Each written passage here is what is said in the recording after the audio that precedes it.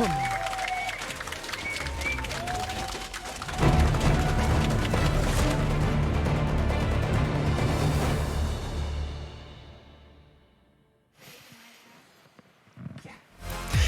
welcome to Berlin, Germany for the opening day of Worlds 2019.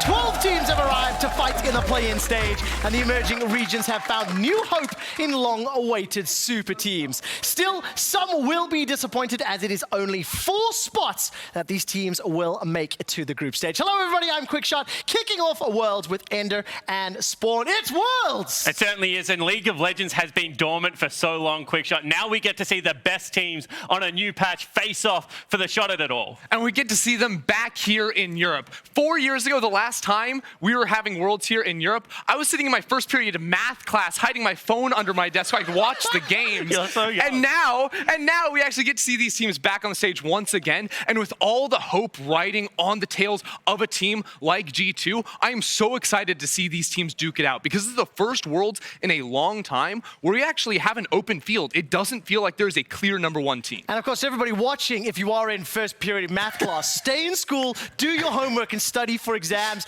but absolutely watch all of Worlds. Look, there's a lot of new contenders as well, because it really does feel like this is the World Championship where anybody could take it. You know, up until very recently, the field was just dominated by Korea. Then we thought maybe China, and now Europe winning MSI with NA right there. It's a lot of hope for everybody else. And so many young teams, you know, you have a look at Down1 as well as Griffin, then you bring Clutch in. So many of these teams, even Splash with 2 very young players coming into the world stage. It really is going to be the Worlds where new legacies can be forged. There are old titans returning to the international stage. BRTT is back to play in play-ins, and Faker is waiting in the group stage. Look, the tournament starts with a play-in stage where 12 teams will be fighting for 4 spots only in the group stage. You can see the groups on your screen.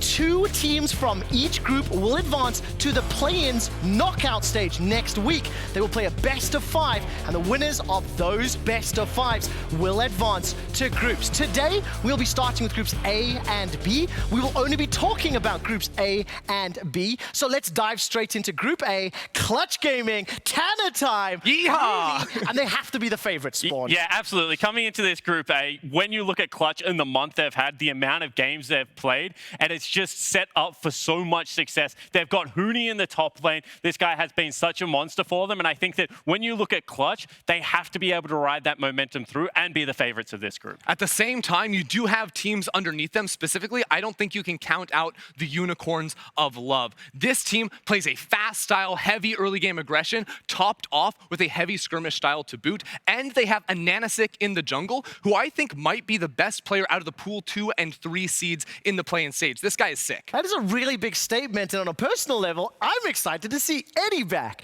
You know, Ed with the original Thresh Prince back on the international stage. He was actually coaching in Europe at the beginning of the year, but now, Spawn, we've not spoken about Mammoth at all. I mean, the strongest team OPL has ever produced. Yeah, absolutely. I mean, the best of the 2 Direwolves rosters that have been to Worlds the last 2 times are coming together in this Mammoth lineup. King is now the most winningest player, and I think that overall, this team has more belief than previous Oceanic lineups do, and that bodes very well for the representatives. I can't wait to see how they perform. Let's turn our attention very quickly to Group B. Obviously, Europe's very own Splice. Probably strong favorites in this group. I feel when I look at their style with Detonation Focus Me fairly similar. Isurus could throw a spanner in the works. What's your take on Splice? I still say you have to put Splice as #1 in this group. Now, for so long, Splice has been this team that's trying to fight to actually put their name in contention to go and perform at Worlds. 2016 was the last time we saw these guys on the international stage. Since then, only Kabe is the player to actually remain. But in 2019, they have been trying to challenge that narrative that this is just an outskirts team and actually put themselves into that conversation. And for the entire summer regular season, they were neck and neck with Fnatic fighting for 2nd place. And it was only at the end that they fell underneath them. This is still a strong team coming into Worlds. Yeah, I must have missed a memo somewhere, fellas, because I certainly don't have this team coming out first in this group. I think that the last month they've had, the fact that they struggled to get over Origin, who were playing a substitute jungler, the fact that they couldn't get past Fnatic, and in fact were destroyed in that series, and Isurus Gaming come in, deal with slow teams very well. The Latin America merger has done wonders for the entire region. The depth of talent has improved, and now the super team has emerged to be able to do great things. Odinsea from north, as well as Warangulus and Slow from the south region. Bugas is stepping up and making a name for himself. They say that he's maybe not the best player, but certainly second best. And across the board, Latin America as a region is starting to improve. And this is the first time they come into Worlds with a 4-week boot camp in Korea. We'll see whether that can help take down the #1 spot. The thing is, you started that little monologue by saying Isurus to you are the favorites to win this group. Are you sticking to that? Yeah, absolutely. I think SRS Gamer will come out on top of this group. Well, if you guys at home agree, hit us up at lolesports and let us know who you think's going to be topping off. We've not even spoken about Dead Nation Focus Me. The Japanese region has gotten better at international events. They went 4-2 in the group stage fairly recently, but their style to me is not what I'm seeing from sort of top tier teams. So what's your take in DFM? Yeah, and I mean, DFM went into MSI, won 4 games, and they did it in a very creative way. You know, the Undying comps coming through with Kindred, with Zillion, with Kale. I don't think the meta really suits that. They play heavily towards the top side of the map in Evi, and I think that Udapon and Gang might be punished a little bit in this group, so we'll see how it plays out.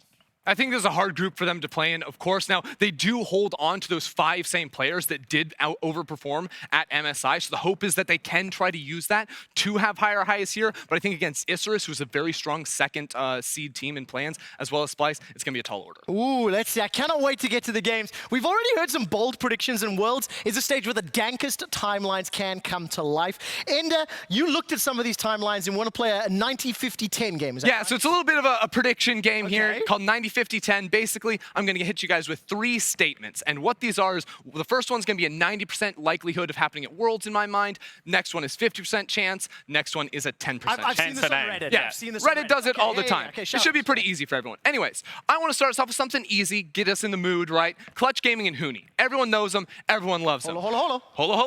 90% chance that Huni is going to lock in that Lucian top lane at Worlds. And look, I can see it. It's a counter to Gangplank. It has a good lane match up in Tana. It actually might happen. See, that's great. You're coming up with all this logic. I don't think that's really the important part here. If he's just going to do it. Moving on, there's a 50% chance, it's a little bit of a coin flip here, that he's going to feed on that Lucian. Okay, fair, right? Like we've seen Huni. Face off, Aaron. Definitely 50% play. Coin flip, right? I'm on board. Exactly. So now 10%. Now 10% is that Huni might actually win a game with Lucian top lane. So what you're saying is there's a 90% chance he doesn't win. Yes. And he's in the same group as Mammoth. Exactly. I like those odds. Yeah, he loves it. Listen to this biased. I like it. Okay, so 90-50-10, right? What's the next one? All right, next one up here is going to be 90% chance that Damwon make it out of groups. Yeah, but make it 2 groups. Make it 2 groups. I mean, there's no ways Damwon don't make it to the play-ins knockout stage, right? But you're saying they win here, they win the best of 5, and they Exactly. Make it. I think that might be low. Yeah, I would say 90% that even make it out of actual groups. I think that team is sick. Anyways. Playing the long card. Exactly. Now, there's a 50% chance, in my eyes, that a second seed makes it out of plans. I could say it. Loki, Isurus, I mean, with my predictions, like, that could happen. Yeah, I think so. Okay. Now, there's a 10% chance that a third seed makes it out of plans. Oh, I get that because of the Mammoth point earlier, right? So if win with Lucian and Mammoth will win, that's the third seed, right? Absolutely. Yeah, so I do have some unfortunate news, though. There's a 0% chance that TSM is going to make it out of groups. So moving on. Yeah. Anyway, since I just changed the rules, let's just change them even more. There's a 100% chance that Clutch Gaming is going to go for a 10-minute Rift Herald. Yeah, okay, I've watched LCS. Easy. I've seen their style. No one's surprised by that. Yeah, absolutely. 100% chance that Splice are going to take us to the late game. And a little bit beyond the late game if, it stays true. Yeah, there's also a 100% chance, Spawn, that OS are going to let you down again. You know, I've cried at 3 OS qualifier games. Is it going to be a 4th? Do you have any tears left? I do. Surprisingly, I actually do. Okay, what are your guys' 90, 50, 10s or hundreds, whatever it is? Let's talk about them and have a little bit of fun. We'll be checking all the comments later. Look, the meta is going to have a big impact on whether or not Ender and Spawn's predictions will come true. For Worlds 2019, we are playing on patch 9.19. So let's talk a little bit about what we're going to expect. We're going to take a look at some of the most popular, the highest presence champions from 9 9.16, which is a patch that most of the world is playing on when they're qualifying for Worlds. Exactly, and you see here, you have to actually go down 9 champions before you find one that was not nerfed on 9.17, 18, or 19, and that's the Rakan. That is absolutely insane, and it's definitely going to shake things up coming into this year. Yeah, and even though Rakan wasn't nerfed, you have to look at the Xayah nerf and say it will rub off on Rakan a little bit because that presence is so much due to the duo potential that he does bring with that particular pick. Also, not all nerfs are created equally. You know, you look at some of these nerfs and you say removal of a little bit of damage from Gragas W, probably not going to hit him too hard, but Aatrox got gutted with this nerf. He got absolutely smacked with the Yeah, Aatrox got absolutely destroyed, and I actually think with the nerfs to his wave clear, he's going to fall off the top 10 list for champions at Worlds. I do still think he is playable, but definitely not to the 93% presence that we saw on patch 9.16. Okay, but let's talk about some things that's not on the table then, right? There's not a lot of AD carries on here, only Xayah. We know mages in the bot lane are a thing. It's something that's been creeping up. So what are some of the expectations we can also expect? Yeah, absolutely. I mean, a lot of the AD carries were also buffed going into this. Going into Worlds, people would have saw a lot of Xayah, a lot of Kai'Sa. However, Misfortune has now been knocked up. Lucian has received a little buff. There's about 5 of them. And I think that that does elevate Lucian as well as Ezreal. But the exciting thing is I think it leaves the bottom lane wide open for mages. The likes of Syndra and Cassiopeia will be able to be played down here. And I think this, for specific teams, this opens up the champion pool a lot. And specifically G2, who already played Syndra in those finals in Game 5 against Fnatic, as well as the Cassiopeia mentioned that's been creeping up in solo queue. The Echo is another one that we actually saw in EU Masters, which is just insane to think of as a bot lane champion. But I want to go deeper on this Echo pick, because while I don't think bot lane is going to be his home, I think we're going to see a lot of this champion in the tournament. Stun duration on W went up, and I think that with a lot of these changes coming into him, he is both a very strong mid laner as well as jungle flex picks, and we're going to see a lot of it because when he hits level 6, when he gets his runic echoes, there's almost no one that can actually fight this guy, and he scales super well into the mid game. And because he has some good matchups in mid lane, like the Syndra matchup in particular, there is always the chance that this is a very safe flex pick to go to early in the draft. And AP junglers have been knocked down slightly, and with the presence of things like Renekton, Qiyana, you have to be able to find AP damage from somewhere. Not to mention, Pantheon rework finally through, and teams should have a little bit more practice on the champion. He is another one of those AD flex picks that has such an important role in the early game and a semi-global ultimate, which means that he should be super high priority this world. Exactly. Everyone has been talking about Pantheon. This guy absolutely terrorizing in scrims right now on solo queue as well. This champ you can also play in any role, which is what makes him so good in pro play. You can play him top lane. You can play him jungle. You can play him mid lane. You can play him support. Perks can probably play him in the AD carry position. You can literally do it all because this champ's early and mid game is absolutely phenomenal. Thank you guys so much. This is super, super awesome. And I don't want to bring the mood down, but the World Finals are in Paris. Pantheon being a meta pick going into Paris. I cannot wait. Look, you mentioned Perks could play Pantheon bot. We talked a lot about the bot lane impact and maybe seeing some mages there. So one of the things I want to talk about is some of the bot lane players that are going to stand out. As a reminder, we're talking about groups A and B. So let's pick 3 of the 6 players we're going to see, starting with one of my favorite bot laners in the world, BRTT. He is back at Worlds after a small hiatus. He has qualified with Flamengo, and he is one of the oldest, most popular, most well-known bot laners in the world. Yeah, it certainly is. And I mean, he's also just the oldest by age as well, attending this tournament. And the great thing about BRTT is Flamengo still play through their star AD carry. You can see him there on the stage popping off. And this guy, if he gets early resources, is able to take over early games. And he's so fight heavy. It's the exact same BRTT with the tattoos, with the Draven that we're used to seeing. And he can take over games in such a powerful way. I love that we have all these strong AD carries too, because they do have different styles. You have the laning power of BRTT. Cody-san, he's a big team fight presence for Clutch Gaming. And you just look at this guy's story to go 3 years in a row and qualify for Worlds on 3 separate teams, including his tough situation on 100 Thieves last year. He came into 2019 with something to prove. He does it again. He qualifies for Worlds, and he comes in with some of the most impressive numbers for AD carries. He leads the LCS for his teamfight KDA, and his damage per minute difference to his opponent is the best in the LCS and the second best for bot laners at Worlds, only behind Uzi. You must fear this guy in the late game 5v5s because that is the Clutch insurance policy. That's absolutely fantastic, and Cody Sun is one of the players in Clutch that you don't really hear a lot about. When you see a lot of the hype and you see a lot of people talking about Demonte, about Huni, these are the guys you start seeing. So let's see what Cody Sun can do. And of course, you talked about late game, team fighting, consistency. Don't laugh, but Kobe is there as well. Look, Kobe has always been one of the guys, Mr. Consistent, Mr. Splice, and he really stepped up this year to make his name known in EU. Exactly, because you hate being called consistent. You hate being calling good, but not great. But for him, 2019 was about rewriting that story, and he proved it. In the spring split, he was the best bot laner in the regular season. He made the top first all-pro team inside the LEC, and then has just, with Splice, been trying to prove himself worthy to show up on the international stage again. He's the only player to stick around from that 2016 roster that made it to Worlds, and it's his time to shine and prove himself here on the big stage. Yeah, it certainly is. And I mean, the thing about Splice is that they do play towards that style heavily. If there is a team in this group that sets their AD carry up for success, you have to look at this lineup. I cannot wait to see how these bot laners are going to perform. We are about 14 minutes I just have to jump in there quickly, Trev. I think we forgot one of the bottom laners. King from Mammoth has now become the most winning player in the OPL. This is a guy that early in his career, it was all about King. It was about his raw aggression, his ability to take over games. However, now on this lineup, taking more of a leadership role and the willingness to play majors and weak sides means that Mammoth is much more versatile than any team that we've ever sent from the OPL. This is a guy that has said that he wants to rewrite the wrongs. He's been to Worlds twice before already and is looking to make a major impact. Okay, so the whole point of this segment was 3 out of the 6. You're just going to sneak the 4th one in there. If he breaks the rules of his game, I can break the rules of your game. Okay. Look, I cannot wait to see how King's going to perform, how all the bot laners and the players will perform. Let's take a look at the matches on the docket for today. We'll be seeing groups A and B kicking off the action. Things get going with North America's Clutch Gaming facing off against Unicorns of Love from the LCL before Japan's Detonation Focus Me challenges hometown favorite Splice from the LEC. There'll be 4 more matches throughout the day, and we'll see OPL's Mammoth and Latin America's Isurus Gaming vying for a spot to get out of groups.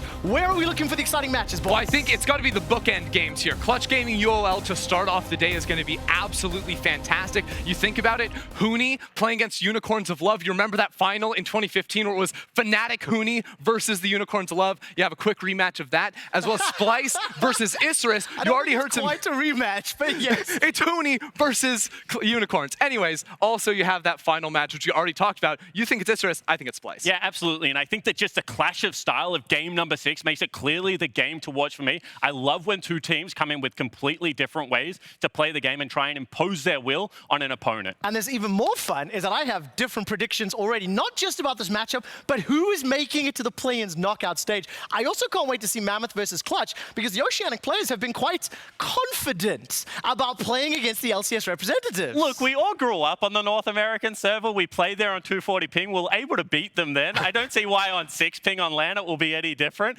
But in all seriousness, this is certainly going to be an uphill battle for Mammoth. However, Oceania on day 1 are actually quite good in competition. It's not till day 2, 3, 4, 5 that we start tanking and falling off. Absolutely the case. Well, look, our first game is going to be a mix of the old and the new as the fresh blood from the LCS Clutch Gaming continue their roller coaster of a season. And I'm not going to lie, I was a little surprised to see them make it to Worlds because of how the year has gone. Yeah, I mean, a lot of people were surprised too, because you think ever since Clutch Gaming joined the LCS, they've always been a middle-of-the-road team, you know, borderline playoffs. Sometimes they can find some upset wins in the playoffs, but it's never a team you think, oh yeah, that's the team that is going to Worlds. But in the second half of the summer split, they turned everything around, led primarily by Huni's transformation, turning into the carry monster we know that he can be, and they stepped up and qualified. Yeah, absolutely. And when you talk to the LCS guys, it's all about the owl on the shoulder. It's all about Dignitas getting involved with this organization, changing the coaching staff. And if you know Philadelphia, you know you got to trust the process. Winning builds trust. And this is a team that plays League of Legends their way. They're willing to buck the trend. In a bottom lane meta, they play heavily around their solo laners and unlock them on the map early. And I'm super excited to see the damage they can do. And you've talked a little bit about the solo laners. Huni's back in Europe. Huni made a name for himself in 2015 playing for Fnatic, playing on this stage, really proving what he could do. Goes on to play, at Worlds. This is a very famous Quadra kill, SKT experience as well, LCS experience. I mean, I'm personally invested to see what he can do, but there's a lot of pressure on him to perform as well. Yeah, absolutely. And it's very rare that an individual player can kind of impose something in the meta. And every time I look at this footage, I just think of how much changed when he started bringing out this Riven into the Fiora specifically, and the ability to be able to morph exactly how that Worlds tournament went.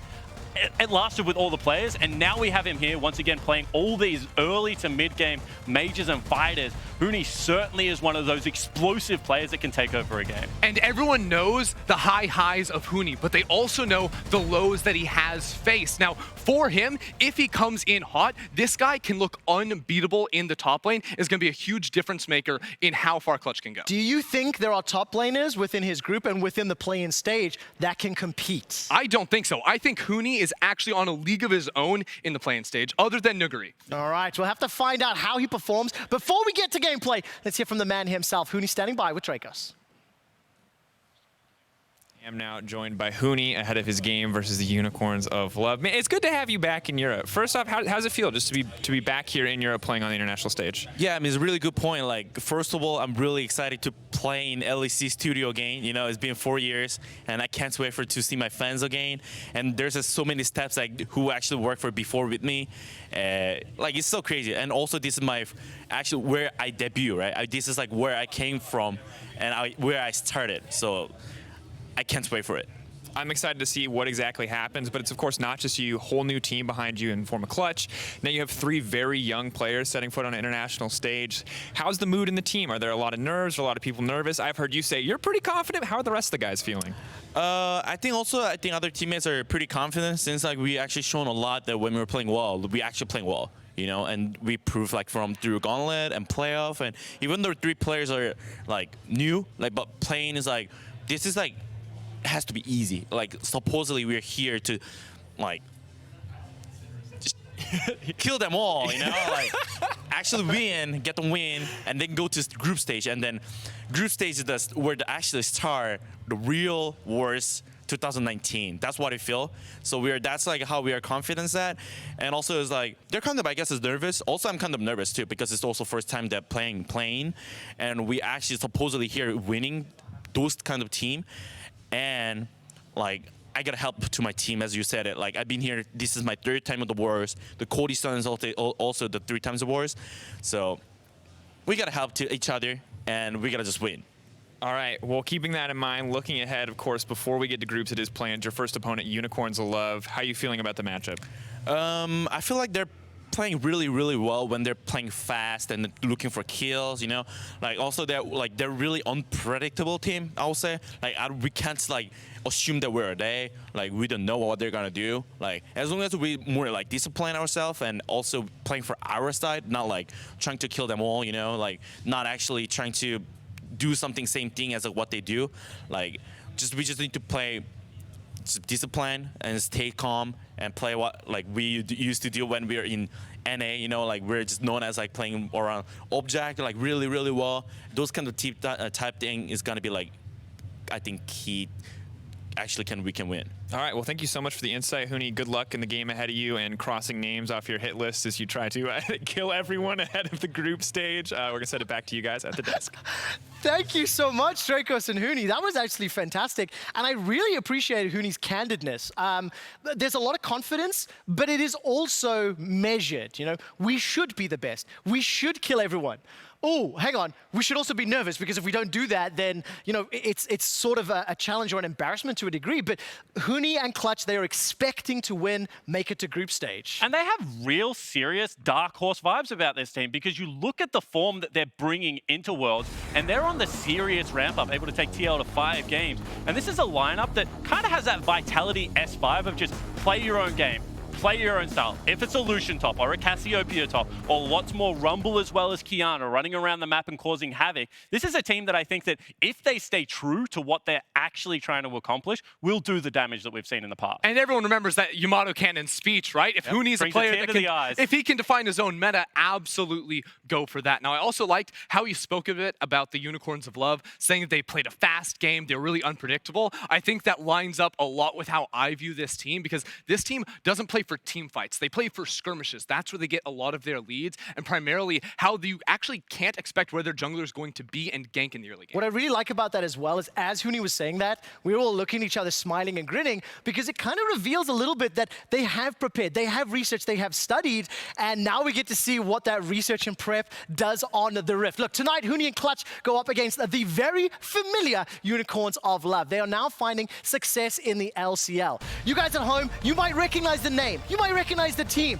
It was the former EU LCS squad. And yes, I know they moved to the CIS and the LCL, but finally UOL are at Worlds. For years and years, they have tried. They also pulled in Eddie, one of the original support carriers, the original Thresh Prince that played on Moscow 5 back in the day, that played on Gambit. UOL and Eddie, they are here to play. They are going to storm the play-in stage, and I'm so excited to see what they can do. That was beautiful, Trev. What a walk down memory lane. What a great just little meander through European history. But this is a team that's from the CIS. Most people should just recognize them as a Vega Squadron core that had the top side of the map. You know, Boss as well as Ananasik and Nomads are what this team is all about. Sure, they've got a European bottom lane, but it really is a top side that makes this Unicorns of Love team special. And I am always looking into the jungle, because that guy is a Nanasick. He's absolutely insane in his early game pathing. I love this guy because you can never predict him. And you heard Huni talking about it actually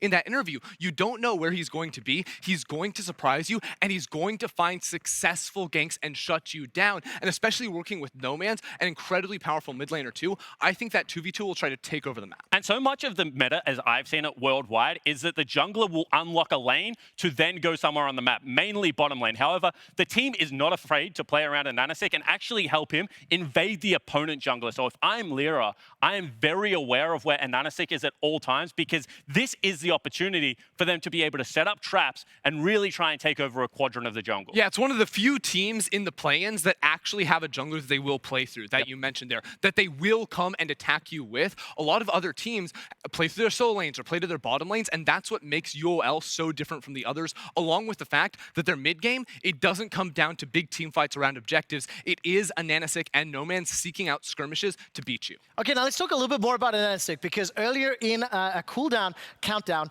you talked about the fact that you believe he's probably the best Pool 2/Pool 3 seed. So with that in mind, how does Ananasik look to shut down the likes of Huni, look to disrupt Cody-san from getting to that reliable late game state, and how can UOL look to take down Clutch today? Here's the thing, you don't focus on top lane, you don't focus on bottom lane, you go mid lane, because Clutch Gaming give hardly zero resources to Damonte. Damonte doesn't play for lane, he plays to roam and to set up his side lanes for success. So Ananasik should gank what his best lane is, which is No Man's in the mid lane, shut down Damonte, and if you break Clutch from the mid, all the pieces around them will start to fall. Yeah, and the way you get around that as Clutch is you get something for Huni that can push early, and then you team up with Lyra. So many of Clutch's successful early games was the ability of Huni to push out, visit mid, help set up the Rift Herald, be able to take over the top side of the map, and just kind of isolate his lane matchup and make it not worthwhile for the opponent jungler to go there, because otherwise he just kills both of you. I really think that the linchpin of Clutch is going to be the top lane. As soon as that gets solidified, the objective style, the big team fights can just kick off from there. I'm very excited to see how these teams come into play against one another. Hearing Huni talk about the unpredictability of UOL, talking about their skirmish heavy or their willingness to just do things you're not ready for. On the other side, Clutch are world famous for their 10-minute Rift Heralds. So both of these teams will have some information that they know about one another. How does it impact your prep and how you can try to counter your opponent's style? Well, I think what that means is you have to be way more aware of where Edward is on the map, because picture like a Hilly Light. This guy will get out of lane, he'll leave Inax to his own devices, and he'll try to either get vision or set up a pinch beforehand. And if you know that, 10 to 12 minutes, that is where Lyra is going to be. Cheating a recall, sacrificing some plates bottom lane, but but winning a team fight or skirmish topside, especially around no man's, around a nanosick, can really allow UOL to attack a core piece of the game plan that we all know is there. And the two main options are A, get in a good position and draft a good team that can team fight against Clutch in that window, because Clutch, we saw in their series against TSM, for example, do the same thing. They fought a losing fight, and that set them very far behind. Or ward the objectives and know whether or not to actually stay in the bottom lane. If you can prevent Lyra from soloing out Drake between the 7 and 9 minute mark, that means you're going to have an objective to play for on the bottom side of the map. You can trade a Drake and a tower for that Herald and just try to split it right down the middle. Oh, it sounds so easy when you put it that way. We are less than a minute from Worlds. I will ask you one last time. Who will win this game and why? As brief as possible. My money is on Clutch Gaming. I think Huni is in a league of his own in Group A. He's going to take it over. Yeah, I'm really excited to actually see Tanatime, because when you look at the mid laners he goes against, it's easier to say he's slightly weaker, but in this playing stage, I expect the young man to pop off. All right, there you have it. Looking at a Clutch. Clutch Gaming are the favorites of my analyst groups. A, matches are about to begin, and the World's playing stage is just seconds away. Worlds puts the best players on the planet against one another as they fight for eternal glory and to write their names down in history. Over the next month, heroes will be made, titans will fall, and at the end of it all, we'll have our champion. It's time for the moment we've all been waiting for. This is Worlds 2019.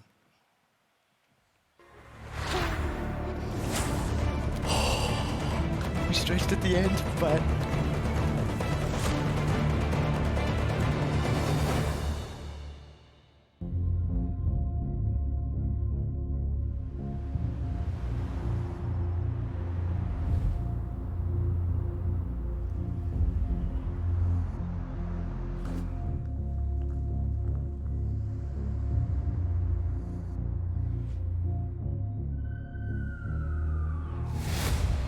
the road to being crowned champion starts today.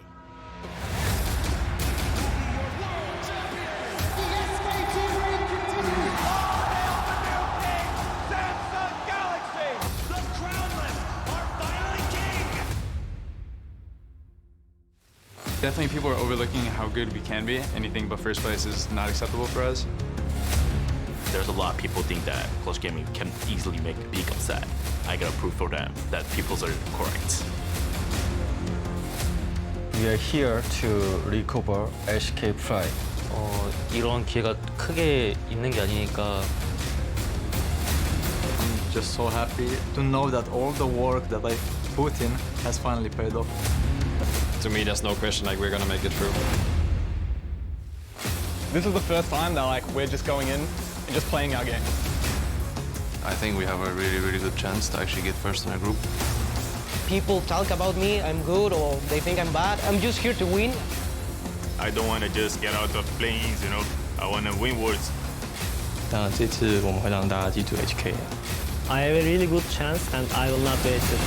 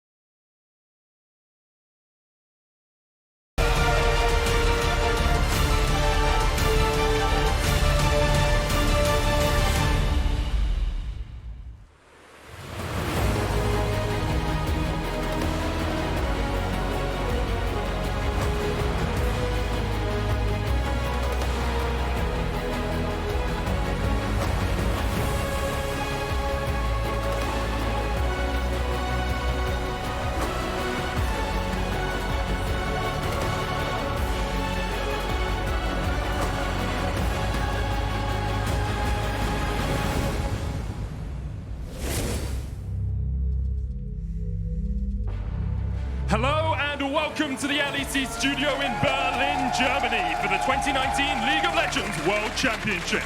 Please join me in welcoming the contenders for our first match of the play-in stage. Starting on the blue side from North America's LCS, it's Clutch Gaming!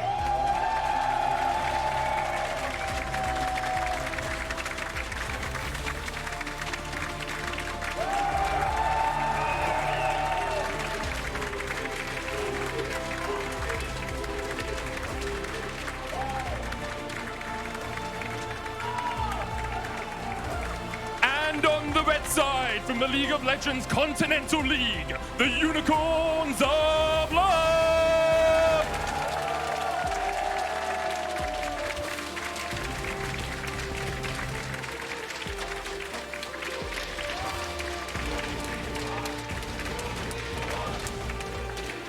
Once more, let's hear it for Clutch Gaming and the Unicorns of Love.